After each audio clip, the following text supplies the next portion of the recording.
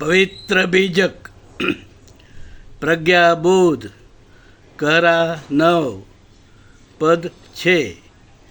कहरा 9 पद 6 इस प्रकार है। कहरा 9 पद 6। 64 गीध मुए तन लूटे जम्बुकन वोद्र बिदारा हो।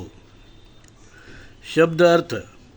अब हम शब्द अर्थ जानेंगे। 64 गिद्ध मतलब गिद्धों का झुंड। अनेक गिद्ध। मुए तन मृत शरीर का अर्थ है मृत शरीर। लूटे का अर्थ है खाने टूट पड़ना। जम्बुकन का अर्थ है जम्बुक आदि हिस्त्र प्राणी। वोद्र का अर्थ है उदर पेट। बिदारा का अर्थ है फाड़ना छिन्न विच्छिन्न करना। अब हम प्रज्ञाबोध जानेंगे। प्रज्ञाबोध। परमात्मा कबीर इस कहरा के पद में मृत शरीर का क्या हाल होता है यह समझाते हुए कहते हैं, अगर मानव शरीर लावारिस मिल जाए तो गली के लावारिस कुत्ते और दूसरे जानवर उस पर टूट पड़ते हैं, पेट फाड़ देते हैं, उसे छिन्न विच्छिन्न कर देते हैं। गिद्ध के झुंड उसे सफाचट कर जाते हैं। जैसे पारसी उनके मृत शरीर को गिद्ध को खाने के लिए मौत के कुएं में छोड़ देते हैं। कबीर साहेब इस तन की यही गति है बताते हैं, पर अच्छे बुरे कर्म का फल मिलता है। इसलिए शरीर मुक्त होने के पहले शील सदाचार भाईचारा समता ममता का मूल भारतीय हिंदू धर्म का आचरण कर ये जीवन सुधारो और अच्छे कर्म का अच्छा फल पाओ। ये शरीर नश्वर है। धर्मात्मा कबीर साहब ने शरीर को नश्वर माना है।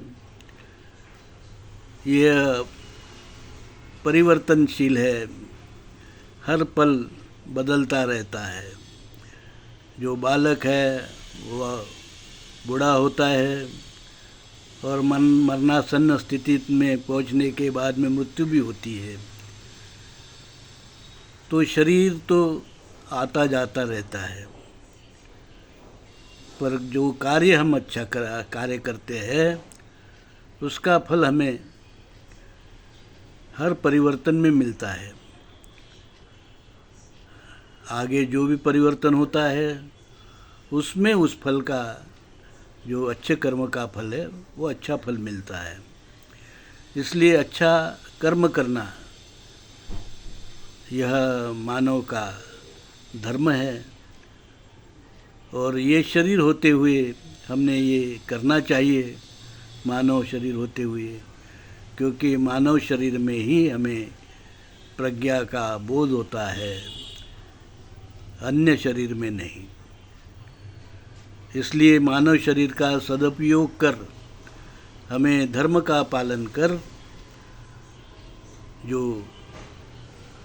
चेतन राम है, अंतिम सत्य उसके दर्शन हमें करना है और वो मूल भारतीय हिंदू धर्म के आचरण से ही संभव है।